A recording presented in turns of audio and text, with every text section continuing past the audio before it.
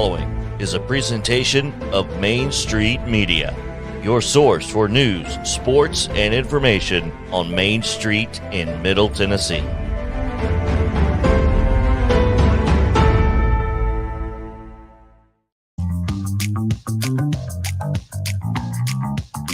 It's Thursday on Main Street Sports today, and we are going to be joined by author Jeff Pearlman, who authored Showtime about the Los Angeles Lakers dynasty of the 1980s turned into an HBO series. Yeah, he'll be joining us 2:15 today. Also, Summertown girls basketball coach Jeremy Jean, fresh off their region finals victory over rival Loretto last night.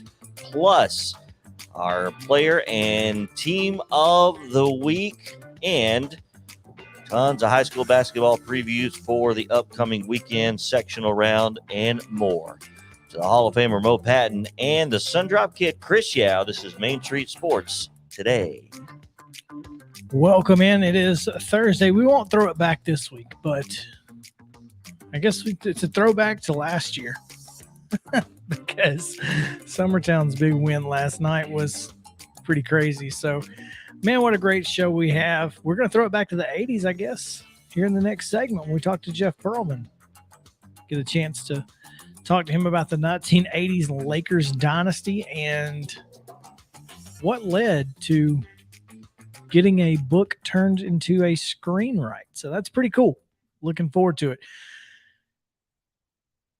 Jon Robinson of the Tennessee Titans got a little emotional yesterday. We'll get into that. And Joe Rexrode, our friend from The Athletic, was also in Indianapolis talking to him and got some answers from him and Vrabel about kind of what's coming up this next year. So we'll get into a little bit of Titans talk as well, which is, unusual for March. So looking forward to that. Plenty of high school hoops to talk about. Obviously, this weekend, Thursday and Saturday, tonight is we'll determine some region champs and boys action. So it's going to be a lot of fun. I can tell you all of the teams in our area down here in Southern Middle Tennessee who will be involved because I have them right here, and they're part of yesterday's results, today's schedule, which is brought to you on the Rundown. So let's get into it. What do you say? The Rundown. In Wednesday high school girls basketball action, the Region 5 2A championship game, Summertown with a 62-53 win over Loretto. Sending Loretto on the road for Saturday sectionals. We'll talk a little bit more about that later on. And Summertown will be at home. In NCAA men's basketball action on Wednesday night, MTSU over at Charlotte drops a 60-52 decision. In OVC tournament play up at Evansville, it was Tennessee State defeating Southern Illinois Edwardsville 77-62, and Tennessee Tech with a 78-51 win over Austin Peay. In women's action, Middle Tennessee State stays undefeated at the Glass House, 72-65 winners over Charlotte. SEC tournament play at Vanderbilt, we told you yesterday, 85-65 over Texas A&M. And in ASUN play, Lipscomb season comes to an end with North Florida getting a 60-42 win over the Lady Bisons. In softball action, Tennessee down Tennessee Tech 11-1, and the Preds just cannot figure out the Kraken. Kraken 4, Preds 3 last night in NHL action. Tonight's boys basketball action, region championships will be decided in Region 5-1A at Wayne County. It'll be Santa Fe taking on Richland. That's a 7 o'clock start. Also at 7 o'clock out at Mount Pleasant, the Region 5-2A championship. Summertown takes on Fairview. And at Summit in Region 6-4A, Independence faces Ravenwood. That is also a 7 o'clock start. NCAA men's basketball action today. Lipscomb is at Liberty in the ASUN tournament. That game starts at 6 on ESPN Plus. At 6:30 on ESPN Plus in the OVC tournament at Evansville, SEMO takes on Tennessee State. In women's action, about to tip off here. Vanderbilt and 23rd ranked Florida at Bridgestone Arena in the SEC tournament. In the OVC tournament, Tennessee State is taking on Austin P right now. That one is in progress and is pretty deep, probably close to halftime at this point. In NBA action, the Grizzlies are at the Celtics tonight, 6:30 tip on TNT. And in junior college baseball, Columbia State and Grand Rapids are tied at 0 in the fourth. So that's going to do it for today's rundown.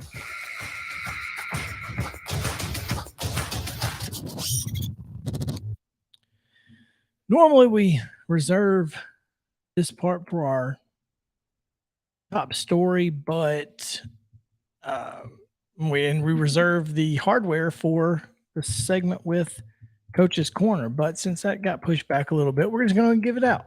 Just go ahead and dish out some hardware, Mo, and tell you about the End-to-End Life Team of the Week presented by our friends at Custom Stone Handlers.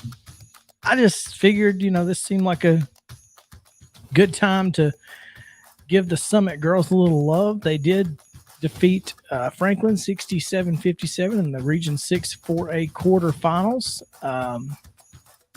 And that got them to this week where they played in the semifinals and ultimately lost to Hillsboro, who won the region. But the district championship game, they made it all the way to the district championship game and then into the region semis for just the second time in program history. So congrats to the Summit Girls Hoops team for being our End-to-End Life Team of the Week presented by Custom Stone Handlers. Our MTBJ Player of the Week presented by MTBJ, Mid-Tennessee Bone and Joint, is Jordan Davis, the sophomore from Columbia Central, who scored 22 points Saturday night in the Lions' 45-43 come from behind win over Brentwood in the Region 6-4A quarterfinals. And again, advanced them into the semis where things did not go so well. But great game out of Jordan, and looking forward to his continued success. So Jordan Davis, the sophomore from Columbia Central, is the MTBJ Player of the Week. And right. Good. Speaking of top stories, I don't know if you've seen this or not. I feel like you've not, because I feel like you would have said something if you had. Apparently, Farragut appealed the TSSAA's decision to pull both them and William Blount out of the postseason for a on-court skirmish from Tuesday night. Reading the letter from the TSSAA to Principal John Bartlett, the Farragut High School administration appealed the officials' decision to call the game based on the misapplication of the rule. After reviewing all the information available to the state office, this appeal is granted. The game should have continued with the players available to each team, provided it was in a safe environment. So, Farragut and William Blount can play out the remainder of their game with the players that were not ejected. Farragut had 2 players left and William Blount had 1. William Blount cannot continue. You have to have 2 because you can't inbound the ball. So there you go. Option number 2. Farragut and William Blount may mutually agree to end the game with 1:38 left in the fourth quarter and declare Farragut the winner since they were winning the game at the time it was interrupted. Farragut will advance to the final round of the region tournament in this case. Option number 3, William Blount may forfeit the contest to Farragut. Farragut will advance to the final round of the regional tournament in this case. It sounds like all of these options lead to Farragut advancing. Okay. Because your only option to continue the game is not available by rule because you've only got 1 player. So, but they cannot advance. They can win the game, but they cannot advance. Because how many players do they have left? The players that were ejected are still required to sit out their next 2 games in accordance with Article 3, Section 7 of the TSSAA bylaws. And by rule, you have to start the game with? You have to start with 5. With 5 players. So they can win the game. So this is... But they still can't play tonight. This is much ado about nothing, basically. This is the TSSAA saying, technically you're right, but it still doesn't matter. So there you go. Yeah. Once again, Science Hill and Dobbins Bennett playing for a spot in the glass house. Yep. That is interesting, though, that they granted the appeal to basically say. Well, they granted the appeal based on the fact that the rule was misapplied. Right. It's technicality. It's technicality at this point. I love that, though. By the way, me, Captain Chaos, I love that. I love that they have granted this and said, all right, cool. You're right. You're right. You're right. Now, what you gonna do? Here are your options. And none of them are good. None of them change anything what we did. Exactly. You still can't go on. You won the game. Or they can play. Well, I guess technically they can't play it out because, again, William Blount only is one player. So there you go. So, I mean, they're going to be declared the winner of that game. Yes. But they're not going to go any further. That's correct. So, wow. All right. There you go. That was fun. I had not seen that. So thank you for bringing that to our attention. Well, I try. All right. Let's talk to Jeff Pearlman on the other side of the break. Main Street Sports Today returns after this.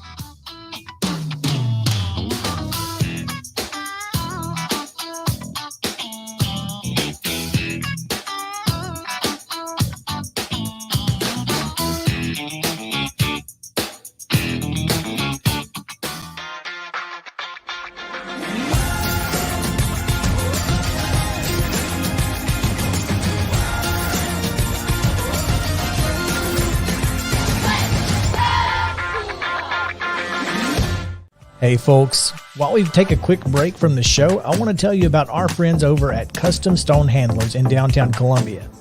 Ed Rich and his team at Custom Stone Handlers believe in leadership. And outside of the military, our greatest leader building platform is sports. Custom Stone Handlers proudly encourages young people to get in the game. You can contact them today at 931-490-4990 or visit CustomStonehandlers.com. Jones & Lang Sporting Goods here in Columbia has been outfitting teams, officials, and anybody else from T-ball to college for 50 plus years. Be sure and check them out at 931-388-8060 or online at jonesandlang.com. Jones & Lang Sporting Goods, the look of a winner. Zion Christian Academy, ZionEagles.org or 931-388-5731. You can schedule your appointment. Go tour their campus. It is beautiful over there, and you're definitely going to want to see it. Again, it's ZionEagles.org. Give them a call, 931-388-5731, and schedule your tour today. Are you an enthusiastic sports fan? Want to have fun and get in on the action? Heck yes, that'd be awesome. Have great attention to detail? Want to stay active? Definitely. Want to give back to the student athletes in your community? Obviously, yes. Then you'd make an excellent high school sports official. We need more officials in Tennessee, because with no high school officials, there are no high school sports. Sign up today at highschoolofficials.com.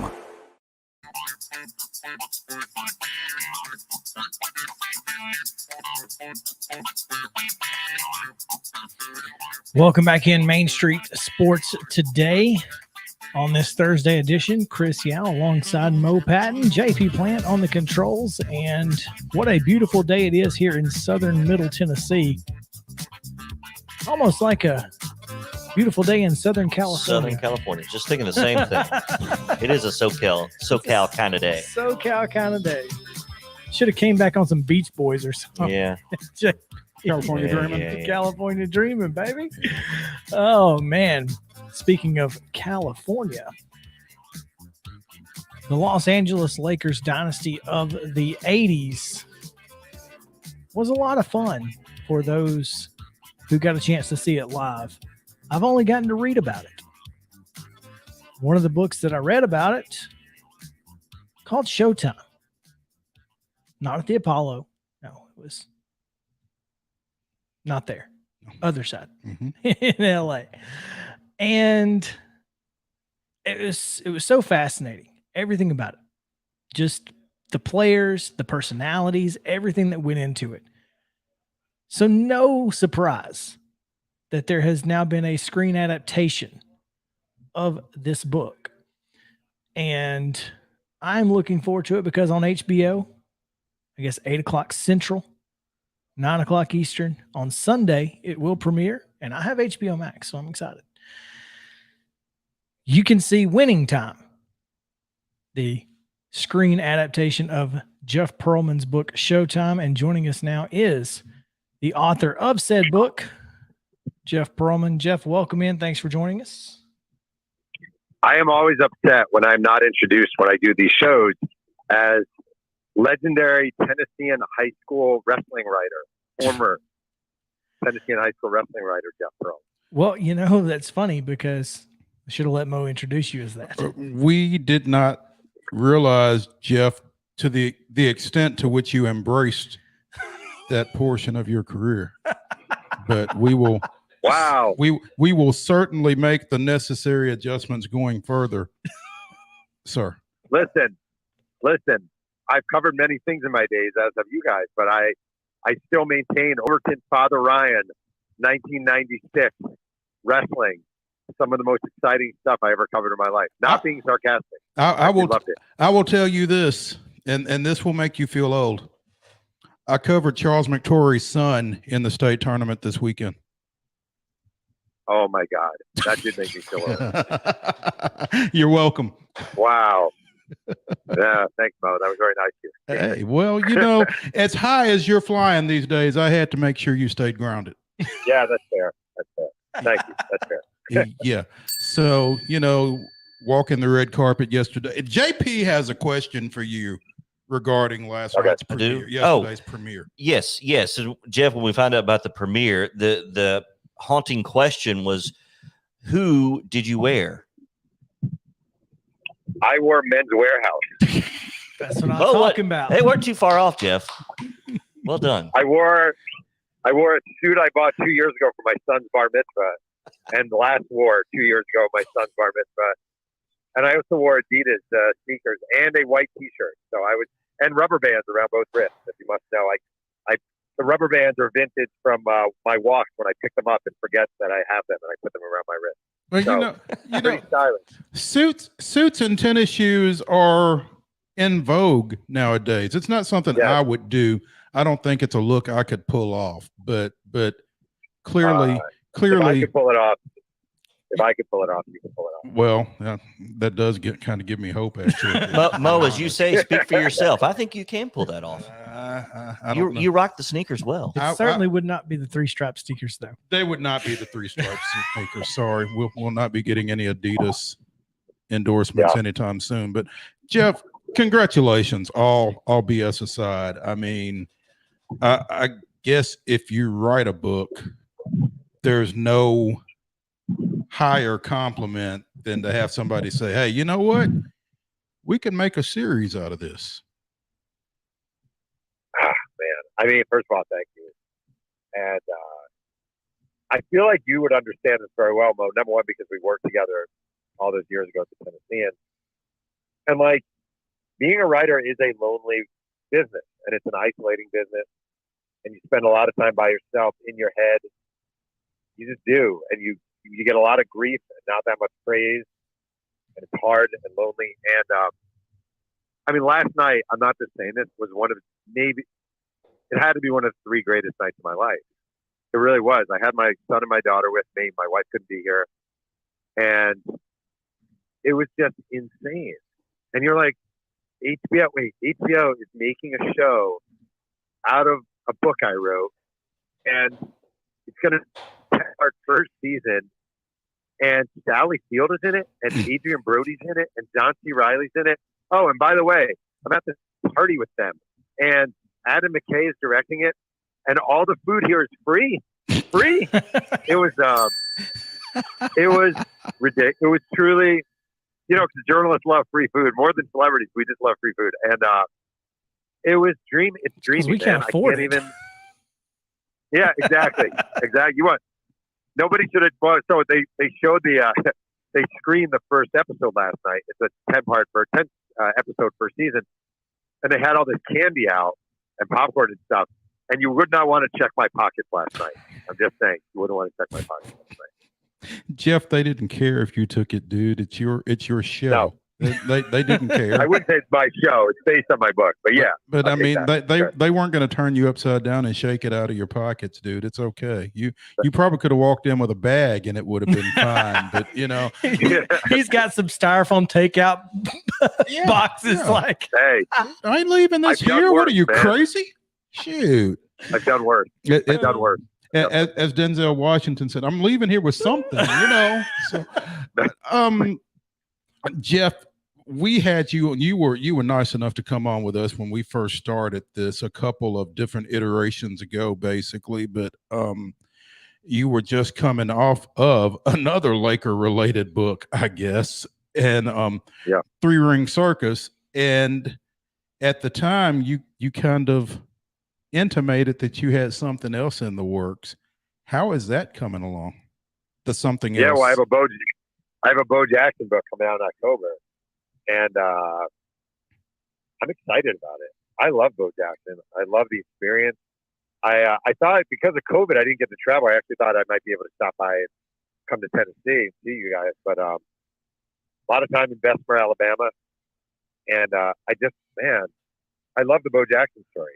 I really do. I love the Bo Jackson story. I mean, I don't know how anybody who was a sports fan at that period of time could not love Bo Jackson. And Chris, being from Alabama, can probably speak to it even better. But I mean, there are so many Bo moments that come to my mind when I think about Bo Jackson. And you say you're excited about it. I think a lot of people are excited about the opportunity to read this, just because Bo is kind of that icon of the mid to late 80s and early 90s, I think.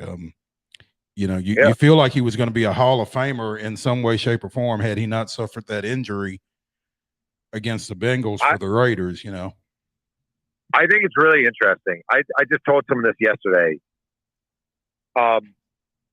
If Bo Jackson, let's say Bo Jackson never gets hurt, and let's just say hypothetically, he has an Eric Dickerson career as a football player, and let's say he's Sean Green as a baseball player, something like that, those kind of careers.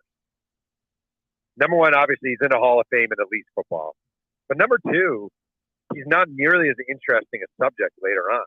Because I really think a lot of the intrigue about Bo Jackson is the what if this all. Don't you think? Like, because everyone's like, we're all like, he's the greatest athlete we've ever seen. But we didn't actually get to see that much of him. And if we had seen the decline, if we'd seen him already has these great times, then he starts breaking down a little bit, then he's not that good anymore. Sort of like whatever, Joe Montana with the Chiefs later in his career, where he's still good, but it wasn't the same. It takes away a little of the mystique. And I just think the fact that he went out on a football field, then came back on a baseball field with an artificial hip, I just think there's a lot of intrigue to him that I wouldn't have had if he had played 12 years in a sport. No doubt. What was it like trying to finish that up with Winning Time? Kind of, did they overlap much? The thing is, like, they did, and it was cool because, like, when you write a book about a TV show, you're involved, but you're not involved day to day. So they would send me a lot of questions about, is this right? Is that right? Can you read the scripts?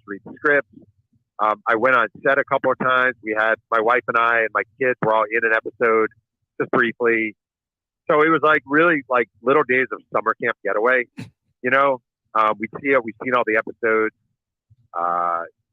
fact check stuff, but it was more like just a little vacation. That's actually what it was. More like, so it didn't interfere. So were you in it as yourself, Jeff, or surely not? No, I'm a reporter. I'm a reporter in 1979. You'll see me in the first episode, and my wife is the Chicago Bulls receptionist. So you're a reporter. That's I'm just a reporter. It was a big stretch. A little typecasting there, huh? Yeah. It was a big stretch for me. You mentioned Sally Fields is in the cast. Sally Field, excuse me. I noticed that Michael Chiklis is playing Red Auerbach. I think that's kind of cool. What do you think of some of this casting? I mean, I've not heard of Quincy Isaiah, but apparently he's playing Magic. Is he 6'9"? No, he's probably about 6'1". So he's shorter than I am.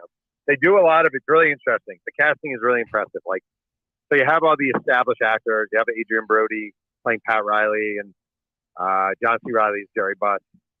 And then it's almost like a dream factory for a lot of younger writers. Like Quincy, he was a center in football at Kalamazoo College a couple years ago. He had to lose 80 pounds for this role because he's not playing a football player, he's playing a basketball player. Mm-hmm. It's interesting because the guy playing Kareem is, his name is Solomon Hughes, Dr. Solomon Hughes. He's a PhD. And he is a former University of California center.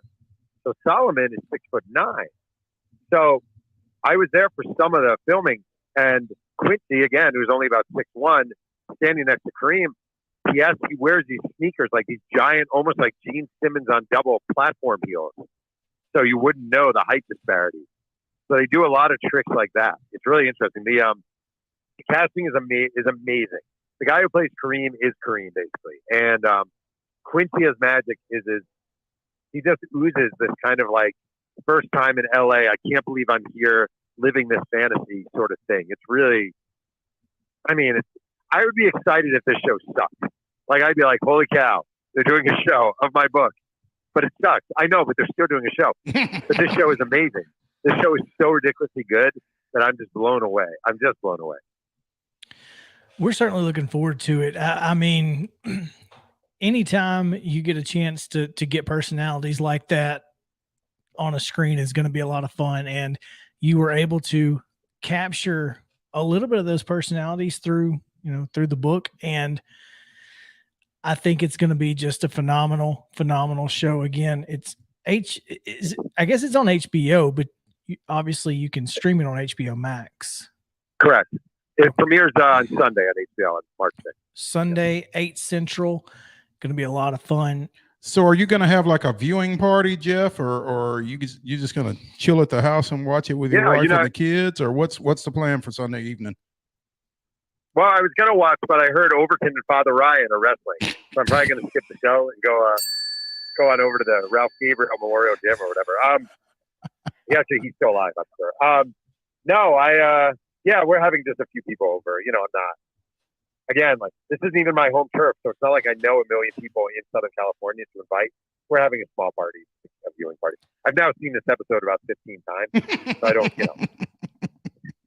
don't need to see it again. I mean, it's cool, but Well, you can see it in real time with the rest of the world, I guess. So which is cool. I know social media, especially if people like it, you get to get the feedback and all that. It's fun. Do a little live tweeting and that kind of thing. We'll look forward to it. Yeah, maybe I might actually. We'll see. I don't know. There you go. Yeah. So, legendary Tennessean high school wrestling writer Jeff Pearlman joining us here on Main Street Sports today.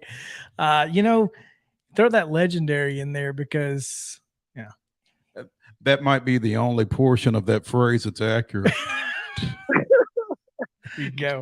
Jeff, man, we appreciate you taking some time. I know you've got a lot going on this week, obviously. Again, congratulations. Looking forward to the Bo Jackson book and to whatever comes after that, because I know you got something else cooking.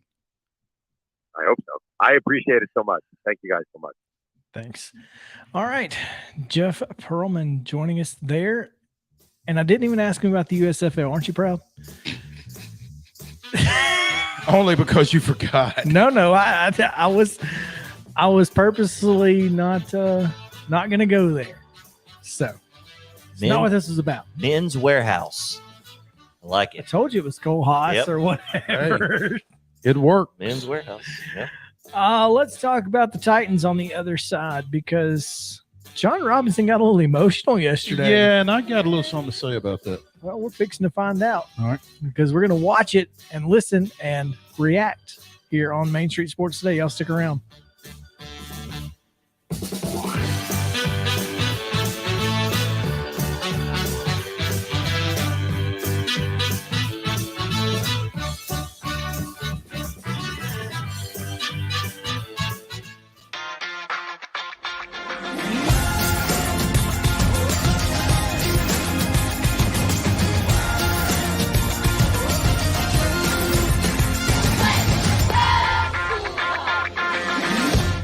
Hey folks, while we take a quick break from the show, I want to tell you about our friends over at Custom Stone Handlers in downtown Columbia.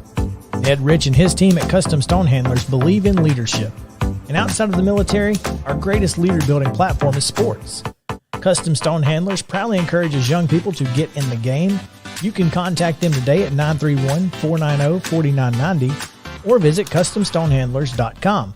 Jones & Lang Sporting Goods here in Columbia has been outfitting teams, officials, and anybody else from T-ball to college for 50 plus years. Be sure and check them out at 931-388-8060 or online at jonesandlang.com. Jones & Lang Sporting Goods, the look of a winner. Zion Christian Academy, ZionEagles.org or 931-388-5731. You can schedule your appointment. Go tour their campus. It is beautiful over there, and you're definitely going to want to see it. Again, it's ZionEagles.org. Give them a call, 931-388-5731, and schedule your tour today. A game without a crowd is just a scrimmage. A performance without an audience is just a rehearsal. Without your presence, high school sports and the performing arts aren't possible. Ensure that these essential extracurricular activities continue to enrich the lives of students in Tennessee. Purchase a ticket to your local high school's game or performance. This message presented by the TSSAA.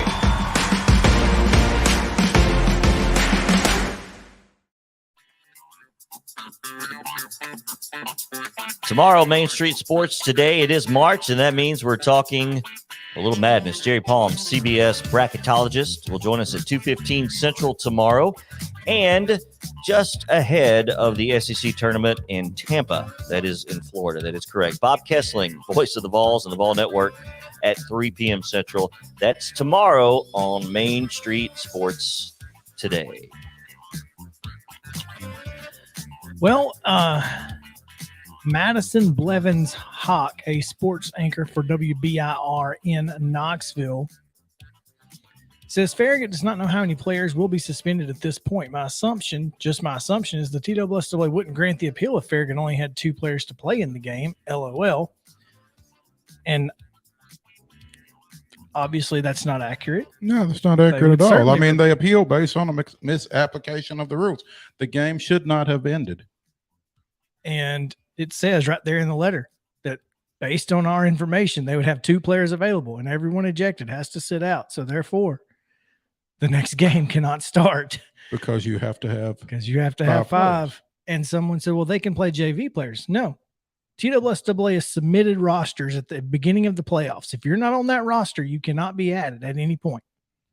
So therefore, they're done. But hey, who am I and what do I know, apparently?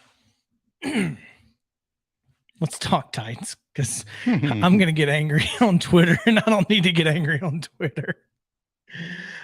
Jon Robinson was asked yesterday by a reporter while he was sitting in the stands they're in Indianapolis for Combine. Okay, so the combine is. I thought that's what it was, but I wasn't entirely sure. Yeah. He was asked what he needed to do better, and so he was asked what he could have done better last year for the team this past year. Yes. Yeah. So we're gonna hear what he had to say, and it might take a minute because he kind of sits there and pauses for a moment. So see how long it takes to get to that.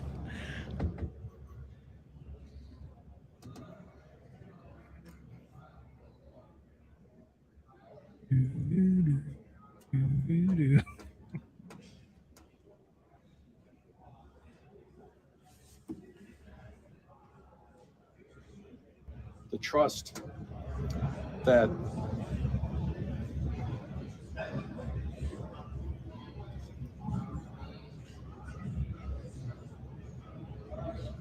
ownership has put in me, our fans, and I mean, that stadium was rocking now. And you can only. All right. Well, we lost a little of our juice, but what he was finishing was saying you can only imagine what it would have been like the following week is what the last part of that was going to be. And he's accurate. And then he said, there's a list of things I could have done better. Yes, I that think too. was the phrase. And that's my consternation with this, because the question was, what could you have done better? And the answer is, there's a lot I could have done better. I think I would have liked to have heard some specifics on that, because that's, to me, that's not really an answer. Now, everybody's caught up in the passion and the emotion of his response, and I get that, because I think as Titans fans, folks have looked for somebody involved with that team that's as invested in that team as the fan base is, to appear to care. And so the fans have latched on to that. He still didn't answer the question. I have a tweet out there completely talking about something else that says, if I ask you for a reason, you say you have a list of reasons, but don't give me one thing from that list, then forgive me if I don't trust your list. Yep. Here's the thing is, I don't accurate. know what he could have done better other than potentially get some kind of help at the receiver. Yeah, but I mean, what money did he have to play with, and who you gonna get? He tried. I don't know necessarily what he could have done better, but maybe that's why the person that asked the question asked the question. Yeah. I mean, I think that was the answer. Should have been nothing. I think it deserved. I think it deserved more than there's a lot of things I could have done better. Just to be honest, I think the reason he didn't have a list of things is because I don't think there was much he could have done better. Then say that. Well, I think had he said that, there would be a lot of Titans fans going, "That's BS." Then you're not good enough is what that could have come out of that, I think. But some the fact fans, right? is, yeah, he did everything. He turned one of the worst defenses in the National Football League into one of the best defenses in the National Football League, pass rush wise, in a season, in one off season. He can't help the injuries suffered on the offensive side of the football. He can't. He could not have done anything different to stop that. I don't know that anyone is looking to hold J-Rob accountable for that Cincinnati loss. I think so either.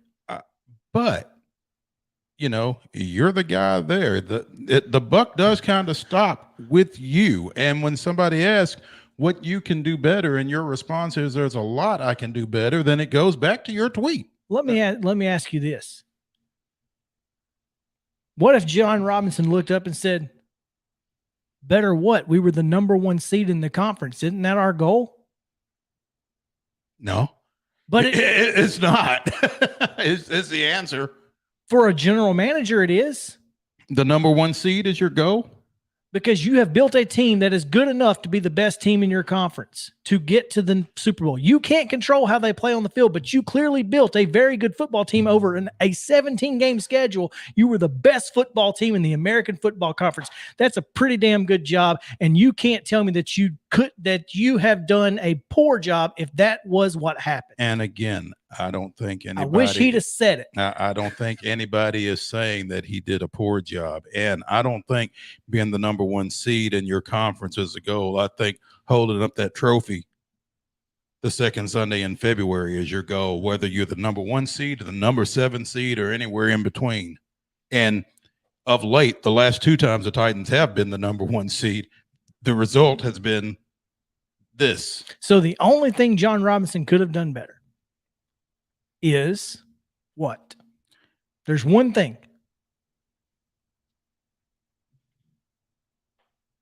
Yeah, I don't have an answer. The answer is Ryan Tannehill. He could have gotten a better quarterback 2 years ago than Ryan Tannehill. Now, I understand 2 years ago, Ryan Tannehill played like freaking John Elway. Did he make a mistake in signing Tannehill to a super long and huge contract? Probably. And if that's the answer, that's the answer. Here's the thing. But you can't say that because Tannehill's still your quarterback. And it goes back to, if they don't have the injuries that they have, I think things are different. I mean, if Derrick Henry doesn't get hurt, then Ryan Tannehill is a lot more effective. And I think Julio Jones is less likely to get hurt. A.J. Brown's less likely to get hurt because you have less outside linebackers covering them in the flats and beating up on their ribs. So, but again, I'm not saying Jon Robinson did a poor job. I'm not saying he did a bad job. I'm just saying, relative to the question that was asked, he didn't answer. His answer was not great. I just feel like the optics of saying, what more did you want me to do? I built the best team in the conference. That's a pretty bad optics because you didn't win the Super Bowl, right? Yeah. Yeah. But what did you want me to do? We played 17 games and we had the best team in the conference. I mean, that's pretty darn good. I don't know what more did you want from me? I honestly think it's okay to say that though, because it's factual for us. Titans Twitter not nearly as it's factual. They were 12-5. They were the number 1 seed. They had home field throughout the playoffs. All they had to do was win. I wish you would have said it. Because today I would be like, I would say, okay, J-Rob is show my me homie, the lie. Show me the lie. Because there wouldn't have been one. There you go. So I agree with you that it was a poor answer because it was, but he tried to coach speak it and it didn't work. But he masked the coach speak with emotion and that worked. So there you go. Yeah. And he didn't piss off his quarterback. And he didn't make his quarterback angry. So here we are. Maybe that's a win-win. It is a win-win. Anyway. Because who would you rather have pissed at you? Mo Patton or Ryan Tannehill? There you go. The only other thing, I know we're pushed for time here, but I did want to ask, I did want to mention two things that come from this Joe Rexrode article at theathletic.com. One, the question was asked about whether Dylan Radins was ready, and Mike Vrabel said, quote, "No, Dylan is not ready today, period." So, all right. Today being March 2nd. He's not ready today. He's not ready today. And then secondly, good thing you're not playing today, huh? He said they were talking about re-signing Ben Jones, and the analysis from Rexrode of the quote he got from Vrabel, which is pretty long, so I won't read it, is, "Man, that sounds like a farewell from Vrabel to Jones, doesn't it? Put him down as another guy I'm less convinced is going to be back in 2022. So I guess we're looking for a center in 2022. Well, I thought all the feedback was that they were looking to bring the offensive line back intact. Apparently not. Apparently not. Anyway, there you go. Those are the two things that I cared about the most in that story. So Radins isn't ready and Jones isn't coming back. Well, I guess, again, my biggest concern about this team going forward is what is Harold Landry's situation. Because I think with the pass rush that you were able to create this past season, if you can avoid disrupting that, I think you're going a long way toward, playing for a number 1 seed again. They're discussing whether or not to tag him. He's going to be a Titan next year, whether he plays with a tag or not. He's going to be a Titan next year. If he plays with a tag, then he's probably not a Titan in 2 years. Mm-hmm. If he gets paid the same amount of money that it would cost us to tag him, then he's probably a Titan at least for 2 or 3 more years. Now we got Bud Dupree for what, 4 more years? I think we signed a 5-year deal with Bud. So give me Harold Landry, Zach Cunningham, and Bud Dupree for a full season. For for the next 3 seasons? Please and thank you. Come on. Anyway, let's take a break. It's halftime. I didn't get mad on Twitter. I got mad on the air. Not really. Just, I agree with you that he should have just said, what you want me to do? Number 1 seed. There was only one of those. JP said he's got a halftime topic. I'm looking forward to it. So y'all stick around. It's going to be really good right here on Main Street Sports today.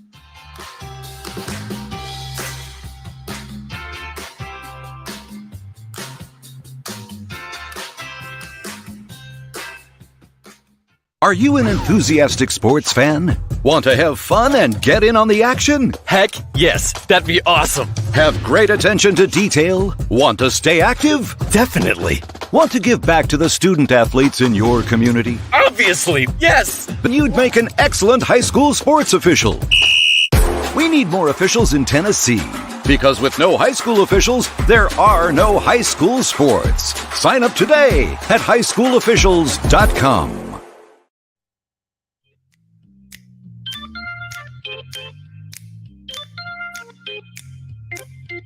Welcome back into Main Street Sports today. It is halftime. Hey, real quick, apparently the Blackhawks and Preds are going to play on at 11:30 Central on a Saturday at Bridgestone, April 16th. Seems weird, but okay. It's on a Saturday? Yeah. It's one way to keep them off Broadway on Friday night, I guess. I don't know. Whatever. Anyway, JP? Yep. All right.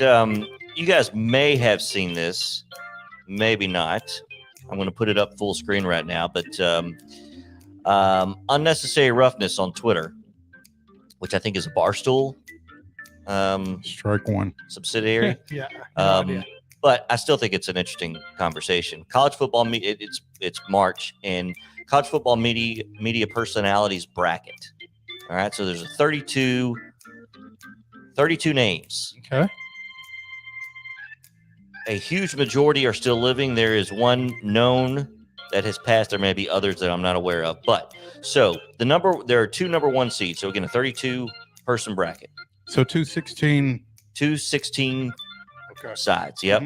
32 all head towards one in a traditional bracket style. Who are the 2 number 1s? 2 number 1s, Keith Jackson and Kirk Herbstreit. Who's the number 2 on Kirk Herbstreit's side? Number 2 on Kirk Herbstreit is Vern Lundquist. And it's a pretty weak side. The 15 seed that Vern faces off against in the first round is former partner Gary Danielson. Now, the other number 2 seed on the Keith Jackson side is Lee Corso against Joey Galloway. Corso gets my vote only because he said the F word on live TV. There you go. Captain Chaos at it again. Who's the number 3 with Herbstreit and Lundquist? The number 3 is as Fowler. Thank you. Chris Fowler is on the Kirk Herbstreit, and the number 3 on the other side is Paul Feinbaum. And then the 4 seed, we have Gus Johnson on the Keith Jackson line, and which I think is a sneaky to get to the championship. And another strong number 4, Brent Musburger on the Kirk Herbstreit. I thought, yeah. I'd rather have seen Gus in that other bracket because he'd have come all the way through. It's going to be tough to oust Keith Jackson. It is. It is. I mean, that's currently Matt Leinart is beating Brett McMurphy. So friends of the show, please go vote for Brett McMurphy. That's a 5-12 matchup. People don't know who Brett McMurphy is. Not anymore. Just a 6'11" or other. People. Well, I mean, he used to work for CBS. They should know. Jesse Palmer is destroying Tim Brando, but that's only because everybody voting for Palmer is blocked by Brando on Twitter. They're not voting for Palmer; they're voting against Brando.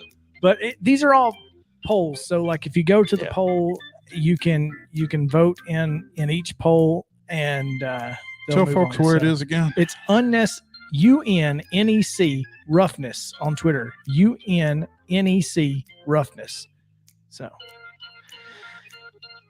Reese Davis, Greg McElroy should be fun. Anyway, Yeah, Reese, a 5 seat. I'm going with the Muscle Shoals boy, baby. There you go. All the way through. Let's end halftime because I think we can talk. Let's keep talking about this on the other side of the break. So stick around.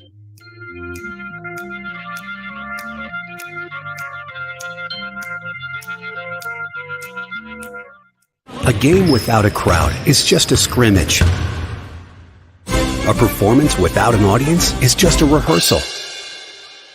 Without your presence, high school sports and the performing arts aren't possible. Ensure that these essential extracurricular activities continue to enrich the lives of students in Tennessee. Purchase a ticket to your local high school's game or performance. This message presented by the TSSAA.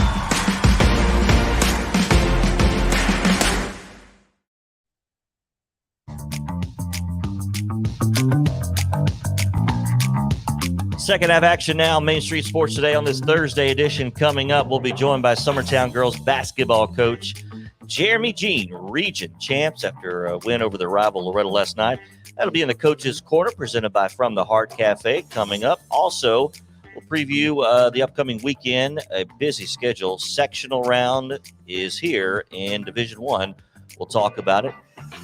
But we're going to continue the March bracket sports announcer, media personality, a little early bracketology, if you will, on Main Street Sports Today. Back to Hall of Famer Mo and the 2006 Time Person of the Year, Chris Yao. That's it. All right, so let's just keep talking about this because I love the idea anyway. And we talk a lot about broadcasting. We talked about Aikman last week. By the way, our other subject in this particular segment was supposed to be Herb Street potentially making a move to the NFL as Amazon Prime is courting him for that Thursday night game. So that could be interesting. But since he's the number one seed in this bracket, works out real well for us.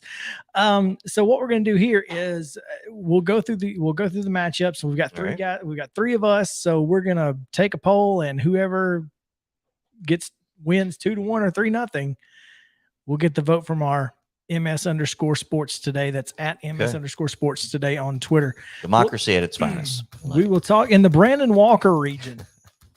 We have number 2 lead course. Okay, yeah. time out. That's what it's called. The Brandon Walker region. Who is Brandon Walker? Is that? I think he is the host of the show. Okay. All right. So that explains why. One of them is Casey Smith, and the other is Brandon Walker. Those are the two hosts of the show. Why don't we call this the Chris Yao, and then the other one could be the Mo Patton bracket. Be better than Brandon and Casey, I guess. I don't know. Number 2 Lee Corso, 15 Joey Galloway. Obviously, you know Corso. my vote. Yeah, I reckon we're going Corso. In the 7-10 matchup, Palmer and Brando. I'm inclined to go with Palmer. Just because I'm blocked by Brando, I'm not giving him my vote. Earlier in my career, I would have gone with Brando. Same.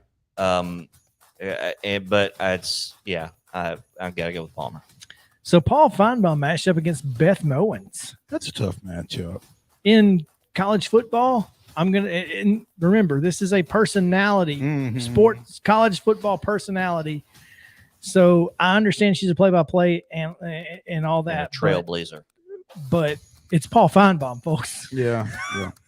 That's a tough draw for Beth. Yeah, Paul, you could argue Paul is 2 seed worthy. I was going to say, he's a little underseeded, but so is Beth. Yep. Yeah, I think Beth is underseeded too. That's a bad matchup for BMO. Yeah. Feinbaum has to move forward, unfortunately. Number 6, Matt Leinart, and 11 seed Brett McMurphy. Or McMurphy. Friend of the show, Brett McMurphy. Yeah. I don't think there's any question here. 4 seed Gus Johnson and 13th seed Dan Orlovsky is. Listen, I've grown. I'm not even sure Dan Orlovsky deserves to be in this field. I have grown to love Dan Orlovsky on Twitter because he embraces what he is. So yeah, Orlovsky's on one Twitter. definitely that I agree. Mo probably shouldn't be on here. Where's Joe Tessitore? Hello. Put Tessitore on this list. Apparently not. He beats a lot of folks. He would beat Orlovsky. Well, Gus Johnson is easily going to be the winner there. Sure. Again, Reese Davis, Greg McElroy. I'm going with the Muscle Shoals boy, y'all. I don't like Greg McElroy. I don't think he's good at his job, I don't think he's good on morning radio. I don't necessarily have an issue with McElroy. I'm not as exposed to him as you are, but I do like Reese Davis. So, Yeah, I go Reese. Not that my vote mattered on that one, but yeah, I'll go Reese. Tough. If it's 8-9 though, what are you gonna do? Lou Holtz and Todd Blackledge. I don't like this matchup at all. Can we do like the TSSAA and just remove them both from the bracket? Of the two, I'm going to go with Blackledge because of Todd's taste of the town. That's the only thing I like about either one of them. I mean, although Judge, when Lou Holtz did Yeah. the Judge thing, that was pretty cool. With Reese With and, Reese. and Mark May. Yeah. yeah, that was good. Yeah, I'm going to go with Blackledge. I think recency bias gives the edge to Blackledge. All right, Todd's taste of the town. It's a 53-46 No pun intended matchup. there. The edge to Blackledge. 53-48. You can't. Sorry, you can't spell edge without Todd Blackledge. That's true. It's true. Lou Holtz winning that one, by the way. Of course, yeah. Tough draw for Josh Pate because Who? I love no. If you're not following Josh Pate on Twitter, go. I'm not. He's phenomenal. Who is he? He's from East Tennessee, and he's Okay. got a great podcast. Tennessee and boy. very, very knowledgeable, but not even close. Keith Jackson. Yeah. Keith Jackson. Will Nelly. Uncle Vern and Gary Danielson. I think Vern is the lesser of two evils here. I would agree. Yeah. Yeah. Vern. Yeah. Definitely Vern. That voice is synonymous with SEC. Danny Cannell and Ron Franklin. And hang on a minute. Let me check something. Okay. What are we checking? We here? are checking to see if they've got Danny Cannell's name spelled correctly, and they don't. They don't. Yeah. Okay. All right. Therefore, we got to go with Ron Franklin, right? Well, Ron has Ron's his had a rough. issues. Yeah, he's had a rough go of it. Yeah, but I'm gonna go with Ron. Yeah, I can't vote for Danny Cannell. Exactly. Although he's winning pretty 65.9 to 34.1. I think there's another recency bias. Yeah, there's there probably a because lot. It's been a while since Ron's been on the air. Yeah, it's For a reasons young of his audience. own making. by Yeah, the this group has a pretty young audience, I Mhm. think, and many of them probably don't even know who Ron Franklin is. Right. Chris Fowler, Andy Staples. This is a tough draw for Andy. Yeah, Because I mean it's obviously Chris, but Andy deserves better. Andy I deserves think. better than a 14 seed. Yeah. I'd agree. But Reggie- that said, Yeah. it's Chris. Reggie Bush and Pete. Thamel. Thank you. I've not heard Reggie in a booth. I assume this is broadcasting. He's on the Fox College on the pregame studio with show? Matt Yeah. Leinart and okay. Brady Quinn, and it used to be It was another The Notre former- Dame guy, wasn't it? no, well, it was the former coach at Florida, Urban Meyer. I went blank, Urban Meyer, and this year it was Bob Stoops as the quote coach, on the Yeah. I'm going with Thamel. Thamel. There you go. So whatever. Brent Musburger and Sean McDonough. I will never vote for Sean McDonough for anything. You are looking live at a Brent Musburger vote. Absolutely. Holly Rowe, Brad Nessler. I will never vote against Holly Rowe for anything. I don't know. That's a tough draw. That's a How tough is one, she too. at That 12? is I don't know how Yeah. she's a 12, but that's an upset special right there. There's got to be at least 112 over a 5. And this is it. And I think this is it. And I do like Nessler, and his voice is synonymous. You know, his voice was on the NCAA football. NCAA football game too. So I mean, I just think Holly's so good. oh, Holly's great. Yeah. Desmond Howard and David Pollock. David Pollock is really underrated, I think. I think he does a good job. And he's far less homerish than Desmond Howard is. So I'm going to go with Pollock. Well, he has been less homerish. It'll be interesting to see Well, how homerish he is coming off a national championship. But yeah, Pollock. and Kirk Herbstreit and Dan Wolken. I guess we got to go with Herb Street just I'm because definitely we can't. not voting for Wolken. So there you go. Yeah. One seed's got to advance. There you go. Over 16. All right. He ain't Virginia. Yeah, no UMBC here. Well, we made it through. Let's talk to Jeremy Jean on the other side of the break about his team's big win last night on Main Street Sports Today. Stick around.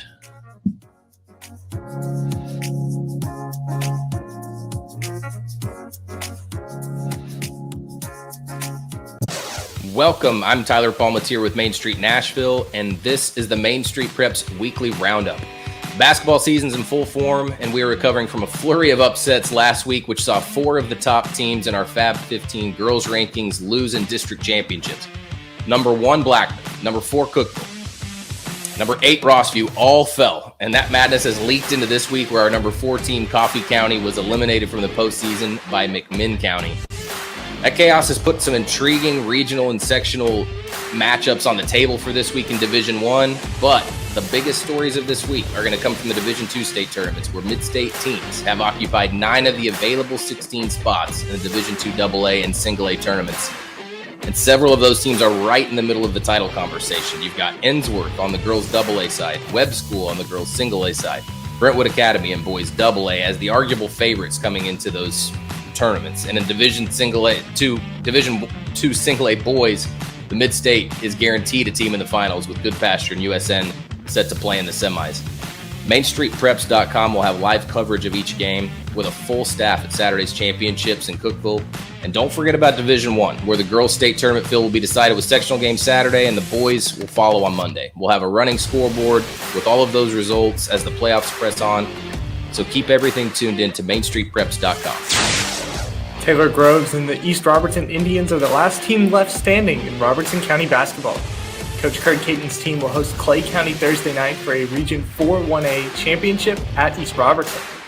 Their win over Pickett County in the semifinals was a sight for sore eyes in the county. Greenbrier boys, alongside White House and White House Heritage girls, saw their seasons end in the semifinal round. White House boys, both Joe Burns teams, and East Robertson girls also had their year end in the region's first round.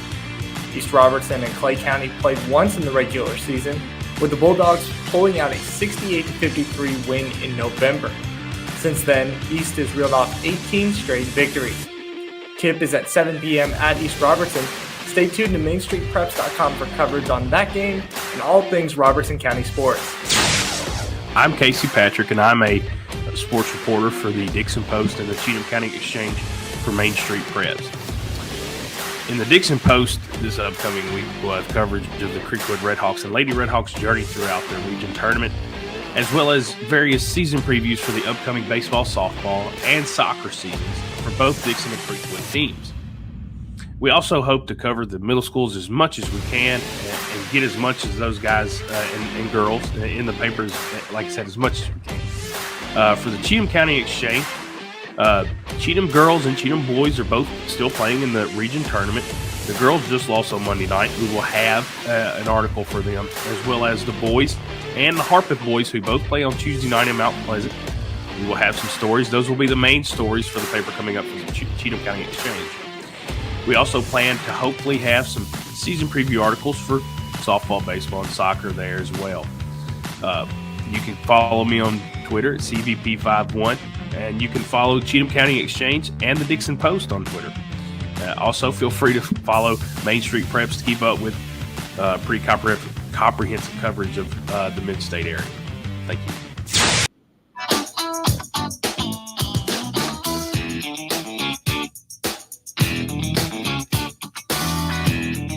Welcome back in to Main Street Sports today. Mo, it is not unusual that we're talking about Summertown and Loretto playing in the region finals of the TWSAA girls state tournament. So the only unusual part is that it's in Class 2A. It hasn't changed anything. And actually, at one point, that was kind of going to be my story coming out of last night's game. The fact that classification hasn't really impacted either of these programs the way you may have expected it to. But, you know, with Summertown pretty much taking control of that game early last night and getting the 62-53 victory, I just felt like it was best to just kind of be straightforward with this one. So as we bring in Summertown girls basketball coach Jeremy Jean here on Coach's Corner, presented by From the Heart Cafe over in Chapel Hill. Coach Gene, remind me, you were at Forest at one time. Is that right? Yes, sir. I was there for 12 years. No, you were there for not just for one time, but for a long time. So I was there for a long time. And a good time. So are you familiar with From the Heart? From the Heart. Now it's if you're coming from the high school, it's on your right after you cross 99, right before you get to Henry Wooten. Okay. By the gym. Yeah, by the gym. Yes, by the gym.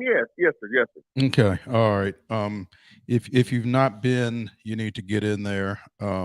If you have been, you need to get in there again. We do too. All right. Yeah, good stuff. But hey, congratulations. I appreciate it. You had played Loretto 3 times prior to last night. First time it was a 67-49 game, 18-point game. Second time it was a 14-point game down at the barn, 61-47. 8-point game, 53-45 in the District 10 2A finals on February 21st at Mount Pleasant. Narrowed the gap, obviously, in each of those 3 games. And we talked last night after the game. What did you feel like the biggest difference was from game 1 to game 4? I think the biggest difference was we took care of the ball from, cut down from 24 turnovers to 12 last night. And I think we just got comfortable playing together. That group hadn't started until this year. And they're starting to gel together. They're familiar with each other more. They're comfortable. I think just all those things coming together. And I think Katie playing the way she played inside opened up a lot of our outside shots. Katie Burdett, the only senior on the team, finishing with 20 points and really just a masterful job from 3 feet in, basically. The guards did a great job of feeding her. Y'all made some post feeds that were just spectacular to watch, I thought. And once Loretto had to adjust and defend her with more than one player, really opened things up on the perimeter. 9 threes on the night. Yes, they did. And that's another thing that's gotten better is our post feed. Earlier in the year, we were getting passes, were getting deflected, getting in there, and we wasn't comfortable looking in there. But that's gotten better. And she's had a triple-double, a double-double last 3 games. On the board, she's playing really well, and she's a great passer. So when it come in there, she kicked it out. The guards were really open and just started feeling good as the game went along to make those shots. Coach, when we talked after the semifinal win over Cheatham County, that was exactly what you and I spoke about, and how Katie has demanded the basketball over the last couple of weeks. Yes. And she's your only senior. And she told me, she said, look, if we're going to lose, it's going to be because I lost it. They're going to give me the basketball, right. and if we lose, well, right. It'll be on me, and that's and I can right. handle that. So, what's it like to have a leader like that on your team? That's awesome. Just her saying that, it takes pressure off everybody else on the floor. That she's going to take the blame or whatever happens if something bad does happen. It's really good to have a post kid like that, especially a post like that. Post kids are rare nowadays that can score like she can. She's been fun to coach this year. And on top of that, you've got a group of young kids who, and you and I talked about this as well, understanding how to win. You've got kids who are young, but yet have been on parts of championship teams. Almost everybody on this team was part of that team that went to the state title game last year. I mean, understanding that these games matter, but also just getting to Murfreesboro is the most important thing. Right. And what we said, we got volleyball state champions, golf state champions, girls on the team last year.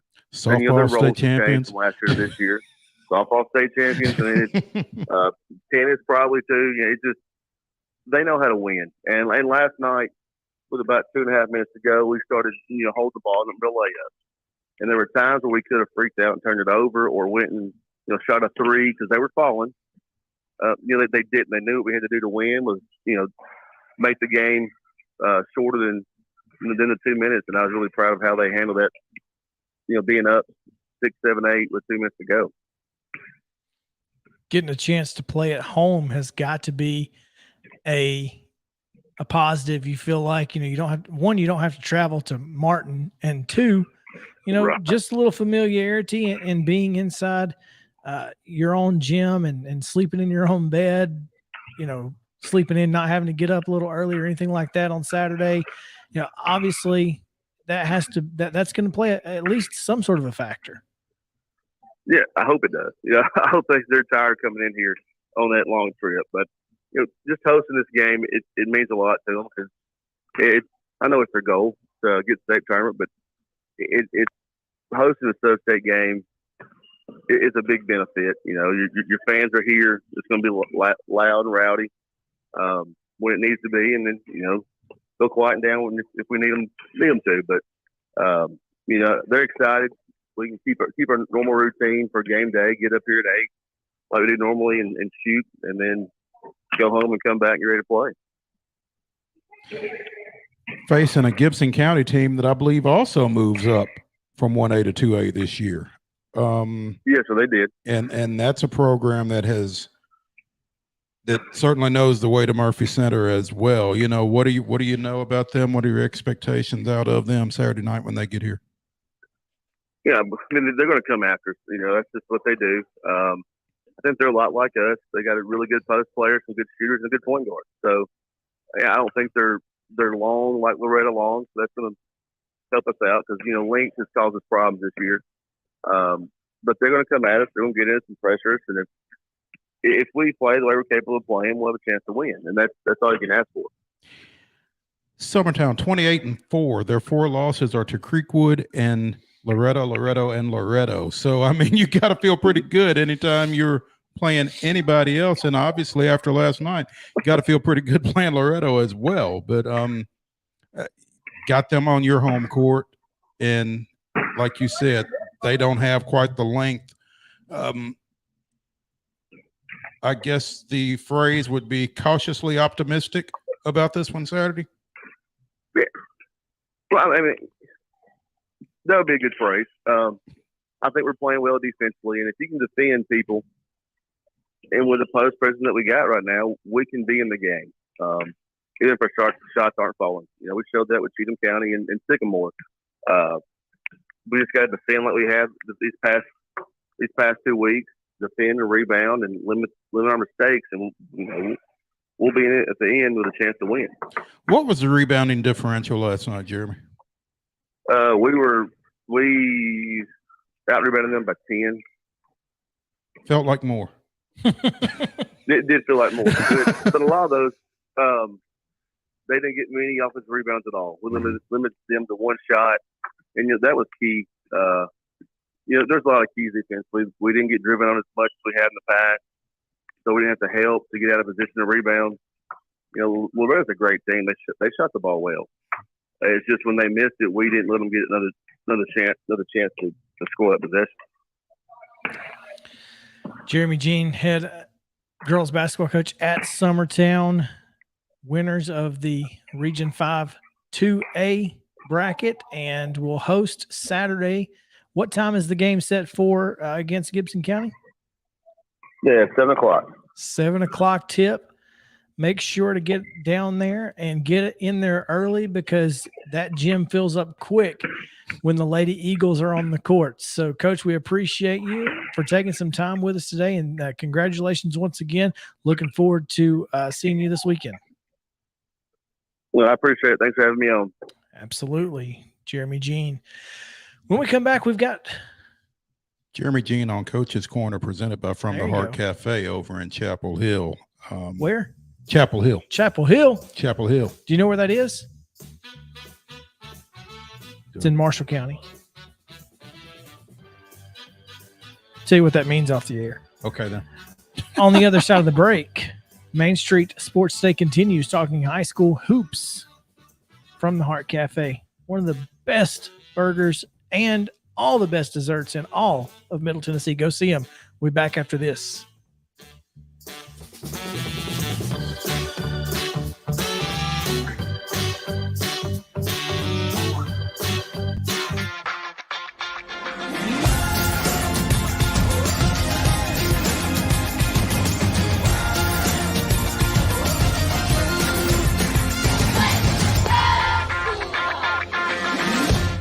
Hey folks, while we take a quick break from the show, I want to tell you about our friends over at Custom Stone Handlers in downtown Columbia.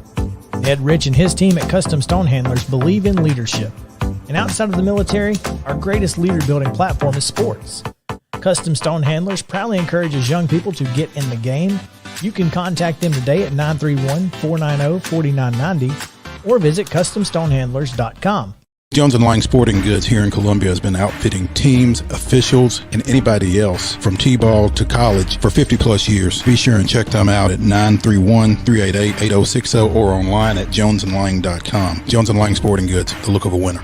Zion Christian Academy, ZionEagles.org or 931-388-5731. You can schedule your appointment. Go tour their campus. It is beautiful over there, and you're definitely going to want to see it. Again, it's ZionEagles.org. Give them a call, 931-388-5731, and schedule your tour today. Are you an enthusiastic sports fan? Want to have fun and get in on the action? Heck yes, that'd be awesome. Have great attention to detail? Want to stay active? Definitely. Want to give back to the student athletes in your community? Obviously, yes. Then you'd make an excellent high school sports official. We need more officials in Tennessee, because with no high school officials, there are no high school sports. Sign up today at highschoolofficials.com.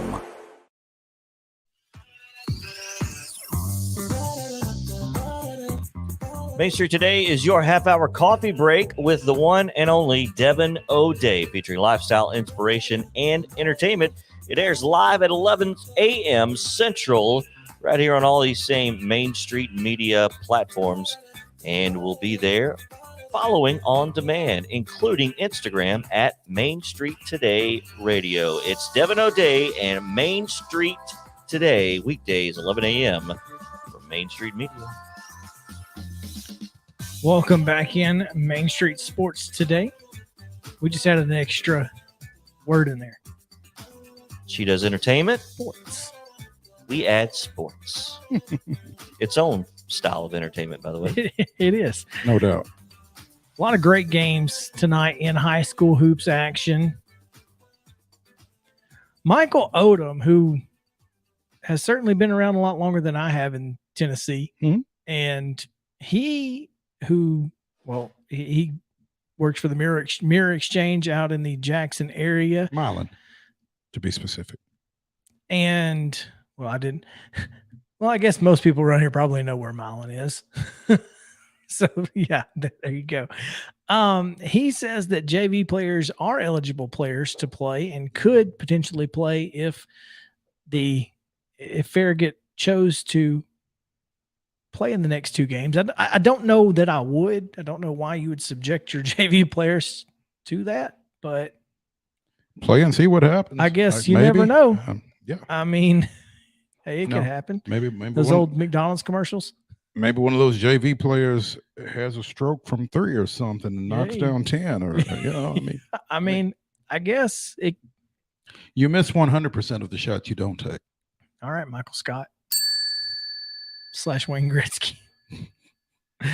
So I don't know if that's accurate. I just don't know. Yeah, be a great story. Yeah, so Farragut could potentially play tonight. Not real worried about it. I want to go down the list of games in the Middle Tennessee area, and in each region, I want you to tell me which one is the most intriguing matchup to you, just based on what we know, which is not a lot about the rest of the area, but I feel like we have at least somewhat gotten acclimated after talking to Tyler and Russell and our friends from across Main Street Preps. So Pearl Cone at East Nashville, obviously a big rivalry, big game there. Clay County, East Robertson, we talked about that one yesterday, which I think is probably going to be the best game. Cane Ridge, Stewart's Creek, and Page is at Stone Memorial. So this is a really, really, Region 4 is solid. Page is playing Stone Memorial at Tullahoma, right? Yes. Okay. Hope they don't both wear their black jerseys. Did that happen? Happened last night with Upperman and Page. So Upperman had to wear Tullahoma's white jerseys. Didn't seem to bother them. Did not. They would get the win 50-45 over the Lady Patriots. Yeah. Interesting. It was. They both showed up wearing black jerseys, and they were, I bet they all came out in warm-ups going, the Spider-Man meme. Yeah, exactly. Yeah. Yeah. So this is tough because I think Clay County East Robertson is the most intriguing matchup to me, but I think Pearl County East Nashville could certainly be it too. Pearl County East is, always intriguing. And much like the game last night, you've got one team who's won both regular season matchups, but that doesn't matter when you get to this point. It's tough to beat a team 3 times. It's even tougher to beat them 4. Ask Columbia Central. Ask Columbia Central. Ask Summit Girls. Ask Loretto. Yeah. So Region 5, Lebanon Beach, Portland, MLK, Richland, Santa Fe, and Fairview, Summertown. Well, since I'm headed to Wayne County when I leave here, obviously the Richland Santa Fe game has a lot of intrigue, but I just think in terms of across the board appeal, I think a lot of people will be paying attention to that Beach Lebanon game.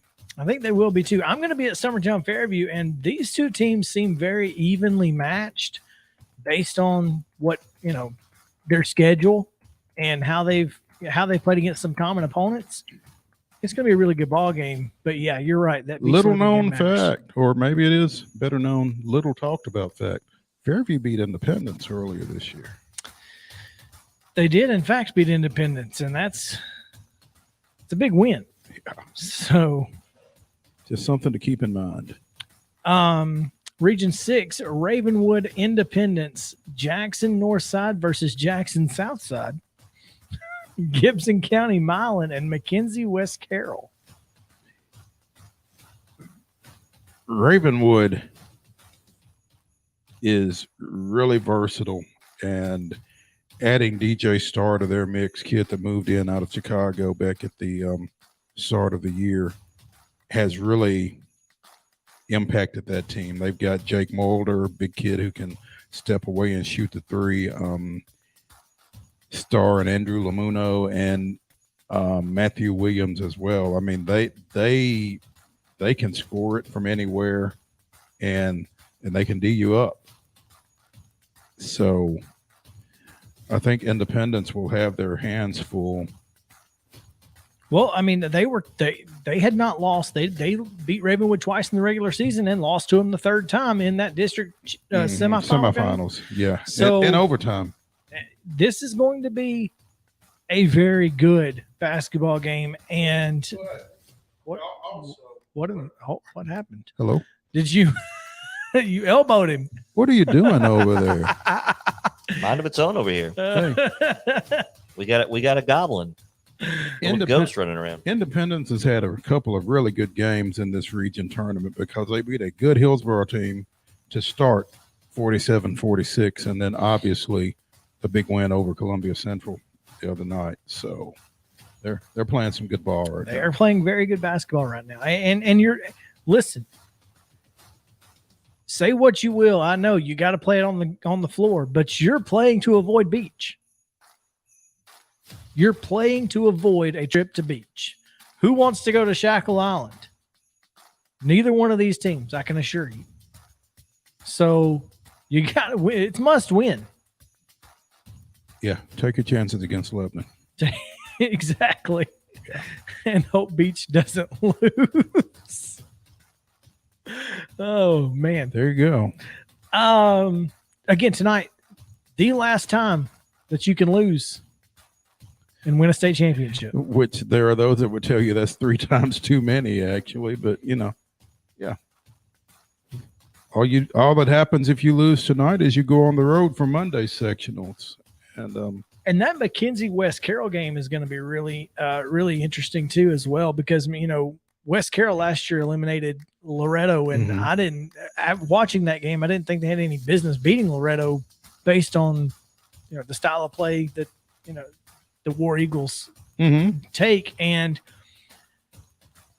a trip to West Carroll is not what you want to be making on a Monday. But either Richland or Santa Fe will. Either Richland or Santa Fe is going to have to. Yeah. So tonight, again, you're playing for for that home game. Yep. The home game, especially on a school night. Obviously, with the Saturday with girls, it's probably a little less taxing, but a school day, you got to go to school and then go to Carroll County? No, thank you. The west side of it on that side? West Carroll. You couldn't even get East Carroll. No, you got to go all the way across. I tell you what, I do think whoever wins that Richland Santa Fe game, Monday night sectional is going to be one heck of an atmosphere. I can't wait. Yeah, it's going to be a lot of fun. I think that's those are the I mean, we could go to Memphis, but you and me. Well, I guess Clarksville Rossview is in Region 7, which I mean Clarksville's 24-2 on the year. So yeah. In Division 2 girls basketball action up at Eblin Arena in Cookeville. I think Lipscomb Academy and Ensworth both won semifinal games today in Division 2 AA and will play for the state championship, which is knocking out both Knoxville schools. Yeah. So congratulations to former Hickman County standout Becky Myatt Starks for leading the Lady Mustangs to state championship game appearance. I'm trying to figure out what's up with Mount Pisgah Christian in the NACA National Tournament semifinal. They get a win over New Hope Academy in Maryland. So I guess they're playing for the NACA National Championship. That's the National Association of Christian Academies, I assume. Sounds good. It's in Dayton. The tournament is in Dayton. Oh, it must be at Bryan College. Well, that would make sense. A National Association of Christian Athletes. So there you go. That's going to do it for today's show. Tomorrow we will react to tonight's high school games. We will talk to Jerry Palm and talk about some bracketology as mid-major tournaments come to a culmination this weekend, and Power 5 tournaments get ready to get underway. Bob Kessling of Vol Radio Network will join us as well from down in Tampa as they get ready for the SEC Hoops tournament. So, well, actually, he won't be in Tampa. Will he not? Yeah, no. He'll be at. Yeah, they've got Thompson. They've got Arkansas at TBA this weekend. I'm sorry. For some reason, I was just. Let's not. I'm a week ahead, apparently. Yeah. I don't want to be a week ahead. No. But again, yeah, Jerry Palm, Bob Kessling joining us tomorrow. It's going to be a lot of fun. You guys hang out with us 2:00 on Twitter at ms_sports today, at Chris Yao 14, at Mo Patton _sports, and at JPPSEC. Again, have a great day, and we'll see you tomorrow.